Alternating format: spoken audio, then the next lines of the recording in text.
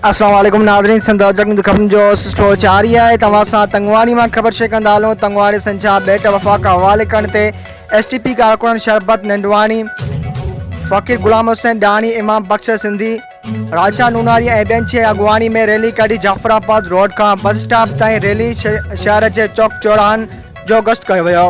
उन मौक़े ते डिंगी ऐं भंडार बेटनि ते वफ़ाक़ वलार ख़िलाफ़ सख़्त नारेबाज़ी पिणु कई वई। उन्हनि चयो त वफ़ाक़ सूबाई मिल्कियत ते कब्ज़ो करे सूबनि ऐं उन्हनि में रहंदड़ क़ौम सां ॾाढी पई करे। वफ़ाक़ वलार सिंधी क़ौम खे मंज़ूर न आहे। सदारती ऑर्डिनेंस ख़त्म न कयो वियो त एहतजाज जो दायरो वधायो वेंदो।